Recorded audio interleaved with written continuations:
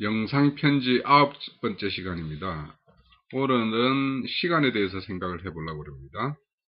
시간 속의 존재와 시간을 초월한 존재, 이 두 가지 의미를 한번 생각해 보면서 우리 인간들에게 주어진 이 시간, 또 이 공간, 이런 어떤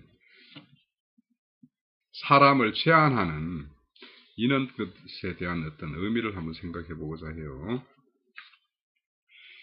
시간은 유한, 즉 제한된 것을 가진다는 의미예요. 무한에게는 시간의 의미가 아무 의미가 없습니다. 그죠? 그러면 시간은 우리가 어떤 이 평면 위에 시간이라는 한 축을 부여함으로 인해서 어떤 입체적인 어떤 그런 우리는 사고를 가질 수가 있어요. 자, 우리가 살아가는 이 공간, 이게 이제 3차원이라고 하죠, 흔히. 이 3차원은 입체적인 존재에게 의미가 있거든요. 자, 우리 육신의 몸을 입고 있는 사람에게는 이 공간이라는 의미가 굉장히 큽니다. 그렇지만 이 육신이라는 몸을 벗어버리면 이 공간이라는 요소는 그 몸이라는 걸 벗은 존재에게는 하등의 문제가 없는, 전혀 속박이 되지 않는 어떤 그런 개념이 되어버려요. 또 이 몸이라는 것은 또 시간하고도 관계가 돼요. 우리가 이 땅에 나서 유한한 삶을 살다가 가죠. 그래서 이 유한이라는 것은 결국에는 시간이라는 개념이 도입되지 않으면 이 유한이라는 것이 또 정의가 되지 않습니다. 자, 그래서 어쩌면 인간이 살아가는 어떤 평면적인 것에 시간의 의미를 시간의 개념이라는 게 딱 도입되면서 인간은 제한된 유한한 이능 개념과 반대 측면에 있는 영원한 것이 무엇인가를 생각하게 되는 거예요. 자, 이 땅에 모든 것은 반대적인 개념이 없으면 정반합의 법칙, 즉 반이 없으면 정이 없는 거예요. 자, 쉽게 예를 들면 어둠이 없으면 빛이라는 세계가 없어요. 무한이라는 세계는 유한이라는 세계가 있으므로 무한이라는 게 의미를 가지지, 유한이라는 것이 없는데 무한이라는 건 아무 의미가 없어요. 자, 우리 인생들이 시간과 공간이라는 제한된, 유한한 이런 공간에 어떤 삶을 살게 됩니다. 그런데 이 유한한 공간, 즉 제한된 공간, 또 제한된 시간, 이 속에 사는 인생들의 의미는 무한이라는 게 없으면 이 땅의 의미는 아무 의미가 없는 거죠. 하나님의 법칙이 이런 거예요. 즉 뭐냐면 반대편, 첫 번째 주어진 것, 첫 번째 주어진 어떤 세계를 통해서 그 반대 측면에 있는 그 세계를 바라보게끔 하는 것이 하나님의 일하심이고, 그 세계로 이끄심이 하나님의 일이에요. 우리는 잘 알아야 돼요. 몸을 입고 있는 인간에게는 우주적 공간에게 이 입체적 공간, 입체적 공간, 즉 역사적 공간, 여기에 몸을 입고 있는 동안은 의미를 부여해요. 그렇지만 이 몸이라는 것은 유한하단 말이죠. 그렇기 때문에 몸을 입고 있는 동안에 이 역사 공간에 쌓는 것은 아무 의미가 없어요. 잘 새겨들어야 됩니다. 자, 인간에게는 누구도 예외 없이 이 제한된 공간, 제한된 시간, 그 삶을 살다가 갑니다. 어딘가로 가요. 자, 그렇다면 이 땅에 있는 동안에 내가 이 땅에서 유한한 가치를 가지는 것들을 많이 쌓고 의미 부여하면서 살았다 할지라도 그것이 내가 유한한 생명 가운데에서는 의미를 갖지만 내가 무한이라는 세계로 넘어가면 이 땅에 쌓는 것은 아무 의미가 없어요. 그죠? 그러면 우리에게는 유한의 세계에서 무한이라는 세계로 넘어가는 이 통로가 없으면 좌절이고 비참이고 우리에게는 이 땅이라는 것이 다 지옥과 같은 거예요. 그런데 유한이라는 걸에 멈추어서 모든 사고가 정지된 사람은 이 땅에서 그렇게 살다가 가겠죠. 그런데 그 무한이라는 세계를 바라보고 그 세계를 인식하는 존재에게는 이 땅의 의미와 무한의 의미가 공존을 하죠. 그죠? 우리의 어떤 삶의 의미를, 가치를 부여할 때 이 땅의 것도 어떤 일정 부분 의미를 부여하고 살고 이 땅이 유한하기 때문에 무한에 대해서 우리는 뭔가 소망과 거기에서 바램이라는 것이 있죠. 무한에 대한 바램, 영원에 대한 바램.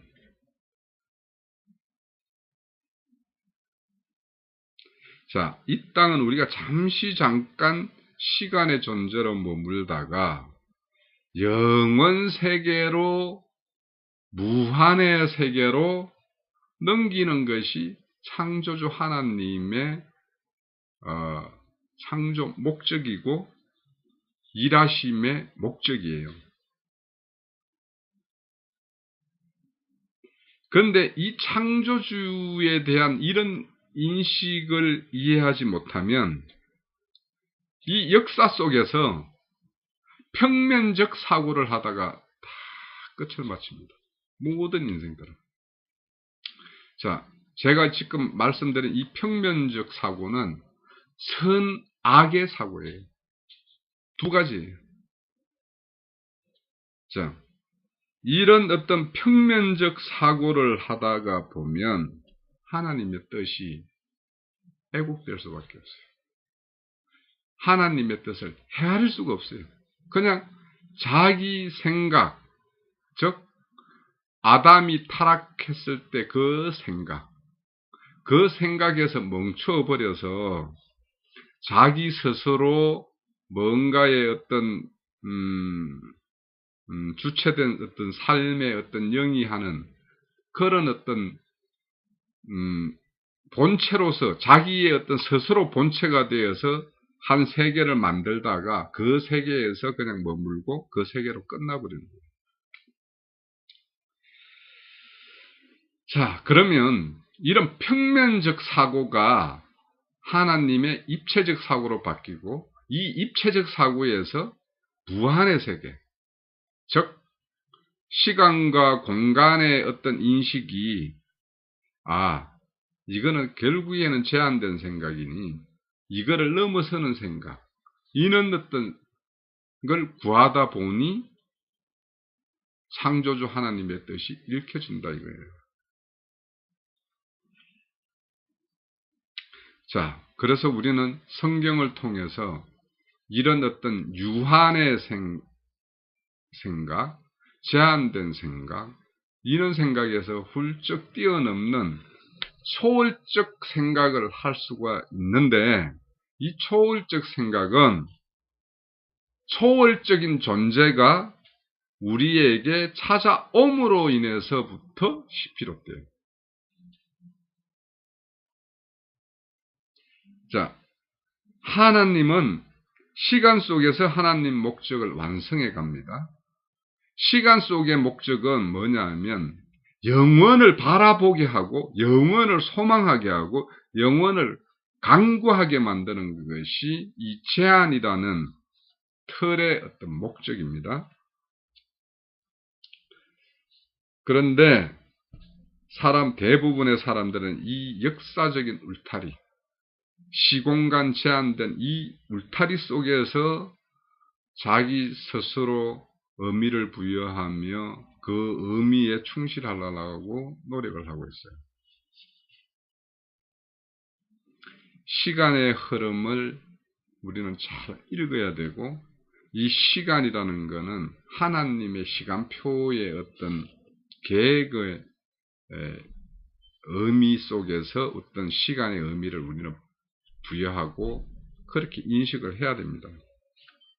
그런데 대부분의 사람들이 시간의 흐름, 하나님의 일하심이 시간표에 따른 어떤 그런 경륜적 경영을 말씀을 드리면 다 세대주의라고 이야기를 해요.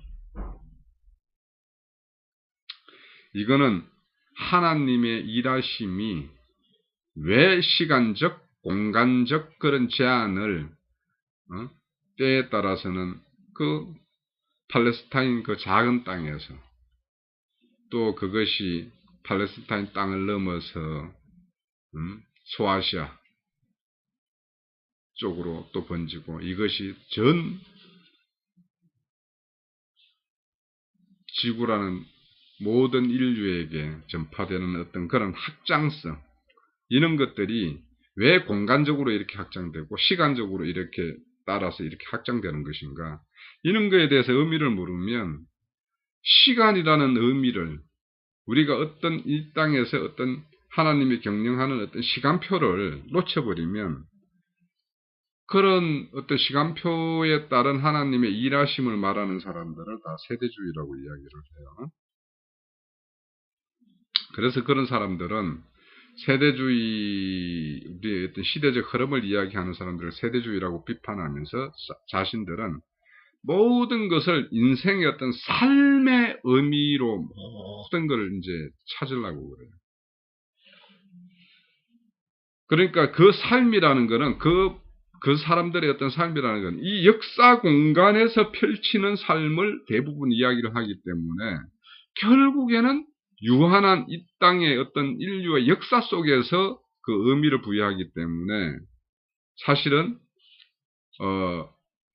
그 제한된 제한된 유한한 이것을 뛰어넘는 세계 속에서의 어떤 그 의미, 이런 것이 상당히 그냥 왜곡되고 축소되어서 하나님의 어떤 그런 원하심이 굉장히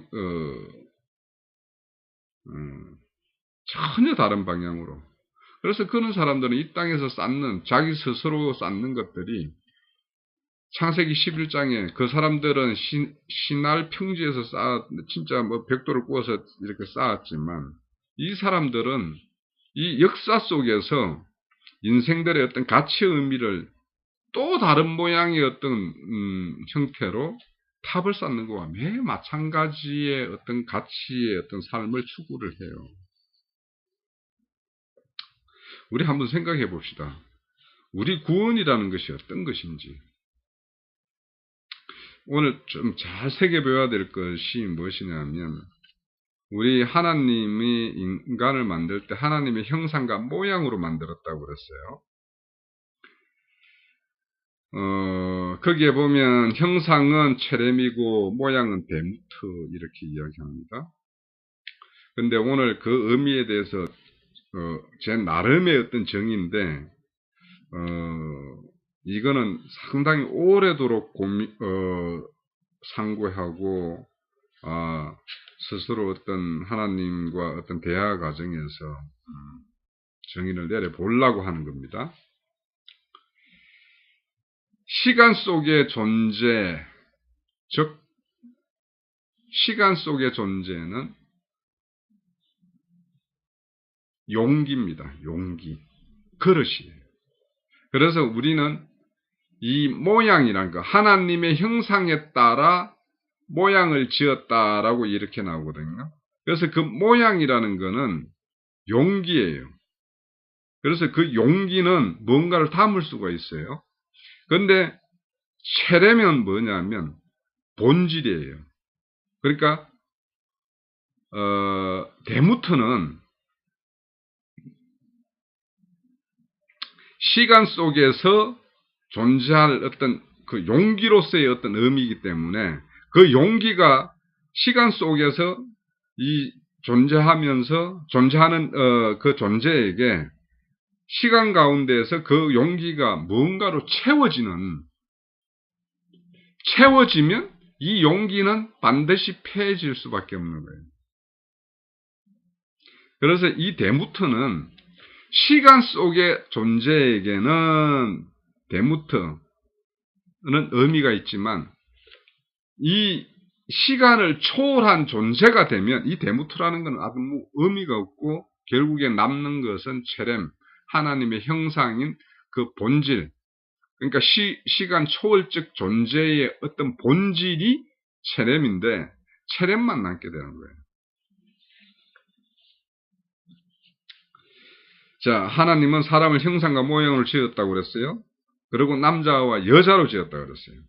자, 하나님의 형상, 체렘은 하나님의 내용이고 남자이고 씨를 말하는 것이고, 모양, 즉 데무트는 용기이면서 여자예요. 그러니까 사람을 짓되 남자와 여자로 지었다 그랬어요. 즉 사람은 하나님의 형상인 남자와, 즉 씨와 하나님의 형상인 체렘 내용 남자 씨와 모양인 데무트, 즉 용기 여자가 만나서 하나로 연합되었을 때 이걸 온전한 사람이라고 합니다.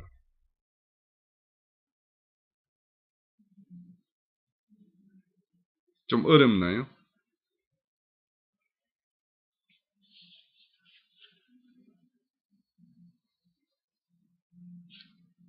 시간 속의 존재로 사로잡혀 있는 것, 이것이 데무트적인 하나님의 형상적인 존재가 시간 초월적인 존재, 즉 체렘으로 이렇게 넘어가는 것. 즉 이 넘어가는 것은 뭐냐면 시간 초월적 존재와 시간 속의 존재가 하나로 연합이 되면 시간 초월적인 존재로 이렇게 넘어가게 돼요. 그래서 이것을 우리는 구원이라고 한다. 시간 속의 존재가 시간 초월적인 존재로 넘어가는 어떤 그 방해 요소는 딱 두 가지인데요. 세상적인 가치, 세상 속의 시간, 즉 애굽 속에서의 시간 속에서 형성된 그 사람의 용기에 채워진 그릇, 내용, 이것이 하나님 온전한 시간 초월적인 존재와의 연합을 방해를 하거든요. 그리고 또 하나는 종교, 율법 속에 잡혀있는 존재, 즉 데무트 속에 법으로 가득 차 있는 존재, 이 존재가 이 두 가지 요소가 하나님 어떤 시간의 초월적 존재로 넘어가는 것을 방해하는 요소가 됩니다. 자, 하나님이 이스라엘 백성들을 출애굽시킬 때 왜 강야라는 길을 택해서 강야길을 행하게 했느냐? 이 강야길에서 행하게 함은 무엇이냐면 세상 시간 속에서 구축되어 있는 그 데무트. 그러니까 이스라엘 백성들이 애굽에 사는 동안에 그 사람들 속 그 용기에 그 용기 속에 채워져 있는 그 내용, 그 내용물을 빼내기 위해서 강약기를 행하게 합니다. 자, 강약길 동안에는 그 강약길이라는 것은 하나님이 인간 백성들에게 공급자로서 공급해주지 않으면 인간들은 살 수가 없는 공간이에요. 그죠?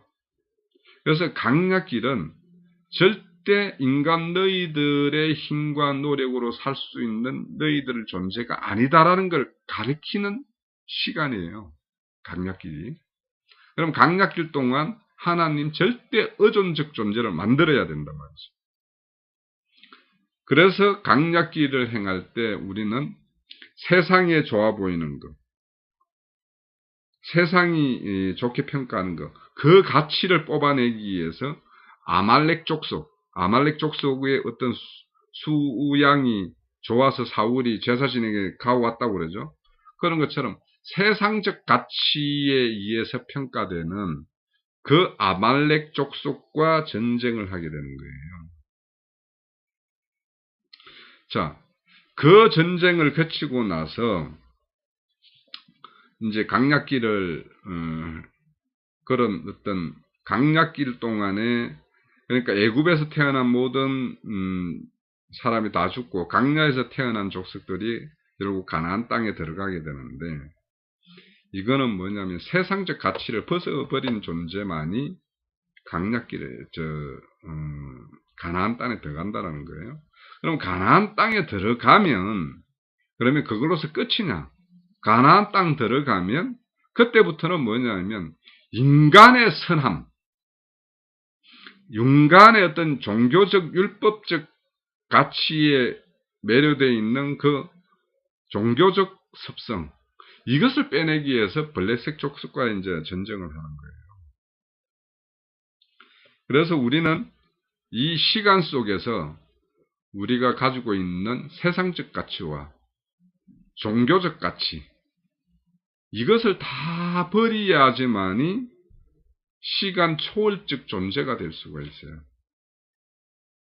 그래서 시간 초월적 존재가 되어야만이 비로소 하나님의 아들로서 이제는 아들로의 종이 아닌 아들로의 삶을 살게 돼요. 자, 그래서 우리가 시간 속의 어떤 존재가 시간을 초월한 존재를 만났을 때 그런 존재에게 나타나는 것은 내가 무엇을 할 것인가, 내가 무엇을 내놓아야 될 것인가, 내가 이 땅에서 어떻게 살아야 될 것인가, 이런 걸로 고민하지 않습니다. 이거는 내가 무엇을 해야 되고 뭘 내놔야 되고 어떻게 살아야 되는 이런 고민은 세상적 가치나 종교적 가치가 아주 그거에 의해서 점철되어 있을 때 이런 것이 나오는 것이고 정말 이런 것을 초월해서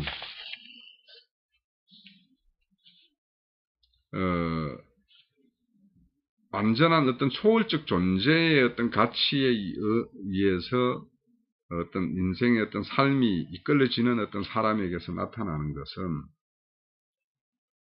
그냥 자연 순리에 따라서 그냥 사라지는 거예요. 그래서 그런 존재에게는 하나님과의 연합을 방해하는 그 요소가 무엇인가에 대해서만 집중하게 돼요. 내가 무언가를 내놔서 하나님으로부터 평가를 받는 것이 아니라 하나님과 나와 사이에 연합을 방해하는 요소가 어떤 것인가 이거에만 집중하게 돼요.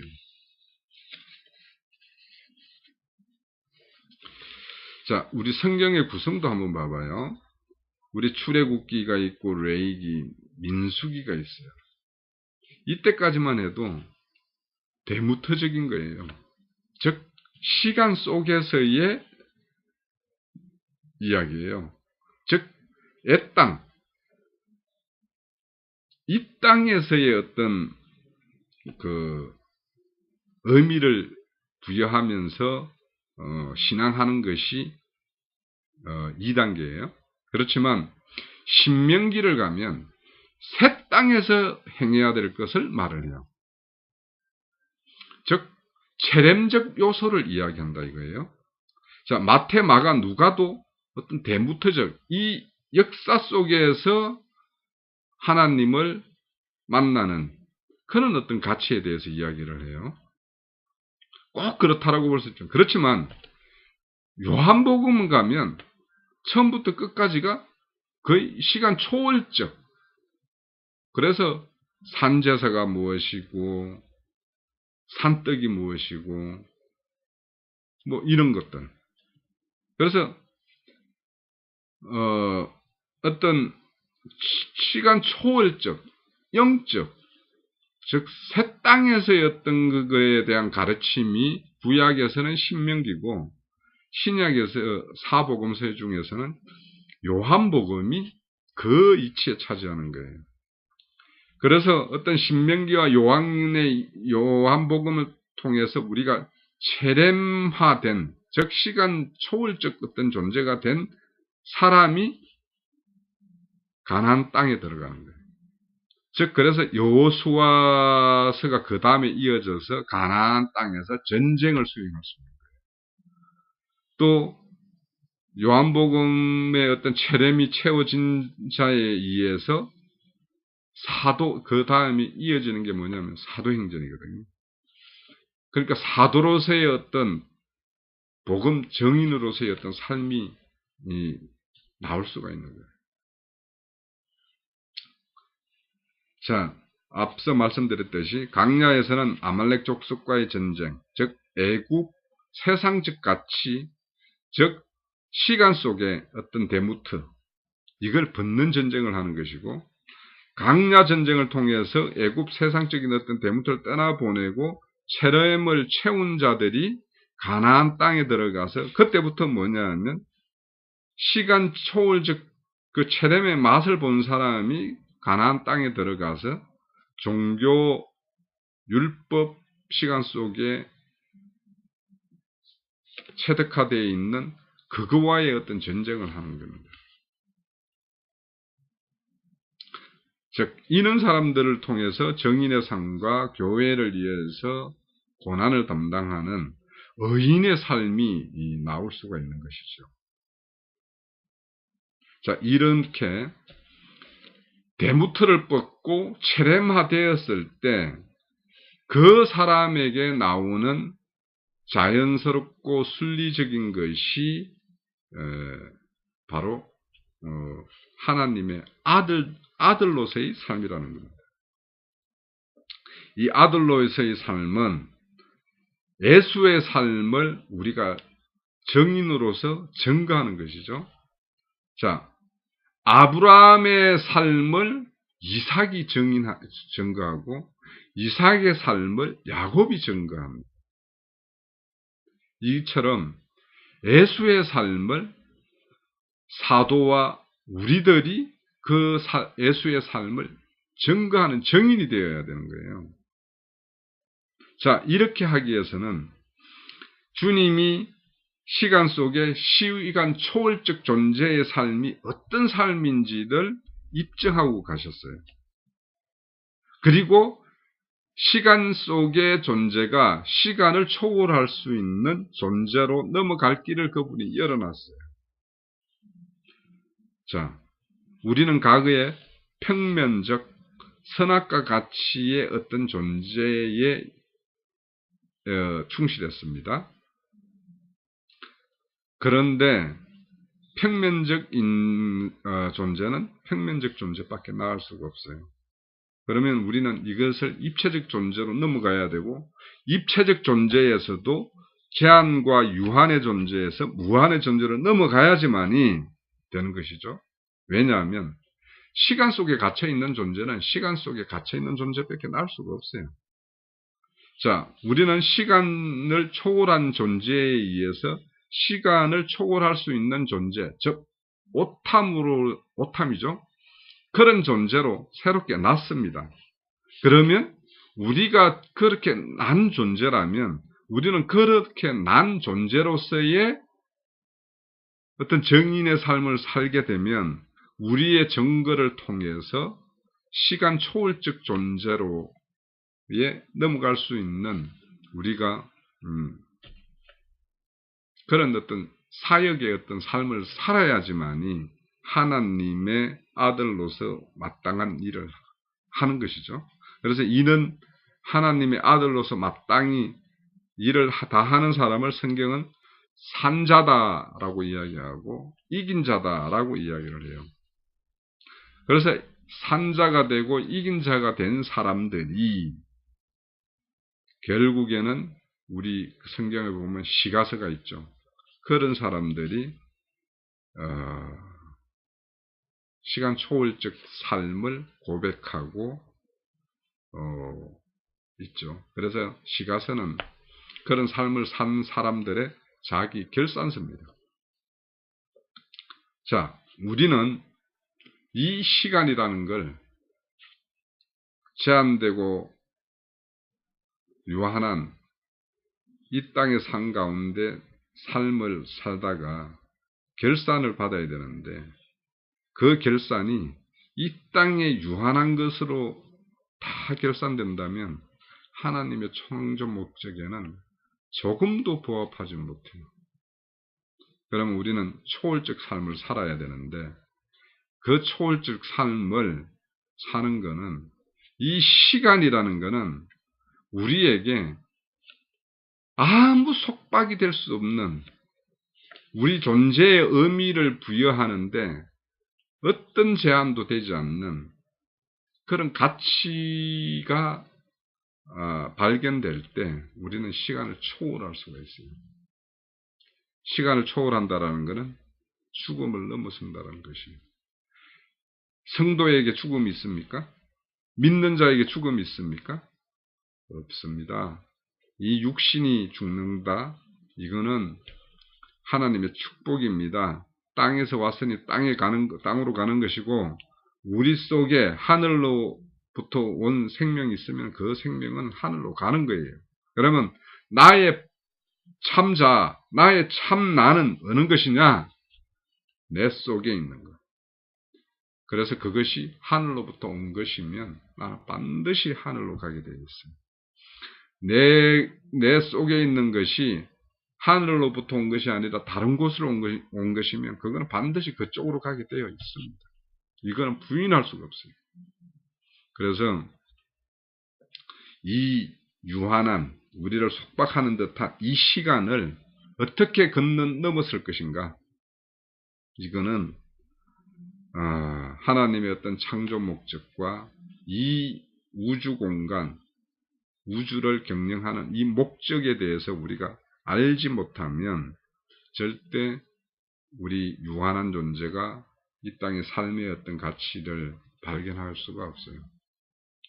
자, 이 땅의 모든 사람들이 이 시간과의 싸움 속에서 고통을 당하기도 하고 이 시간을 통해서 애달픔을 가지고 살아갑니다. 그런데 이 시간의 의미가 어떤 것인지 나에게는 시간을 초월할 수 있는 그 길이 있어요. 그 길이 열려 있어요. 그 길을 열고자 우리 주님이 오셨어요. 그러면 우리는 마땅히 시간이라는 이 울타리를 뛰어넘는 그 가치가 내 안에 형성되어 있을 때 나는 영원히 산 자이며 이긴 자이며 결국 영원 세계, 무한의 세계에 우리는 넘어갈 수가 있습니다. 두서없는 이야기가 됐을지 어떨지 모르겠는데 제가 증거한 이 시간에 한번 시간의 의미가 어떤 것인지 한번 각자가 새겨보는 그런 기회만 된다면 저는 오늘의 어떤 영상편지는 참 의미가 크다라고 생각합니다. 어렵습니다. 어렵지만 한번 잘 새겨보시고 우리 각자에게 주어진 시간들이 다들 다를 겁니다. 그 시간의 어떤 의미를 잘 새겨서 우리가 남은 시간들을 어떻게 경영하다가 이 주어진 시간들을 마무리하고 창조주 뜻대로 경영하다 그렇게 마감을 하고 자기 결산서를 가지고 주님 앞에 갈 것인가 한번 깊게 생각해 보는 그런 시간이었으면 좋겠습니다.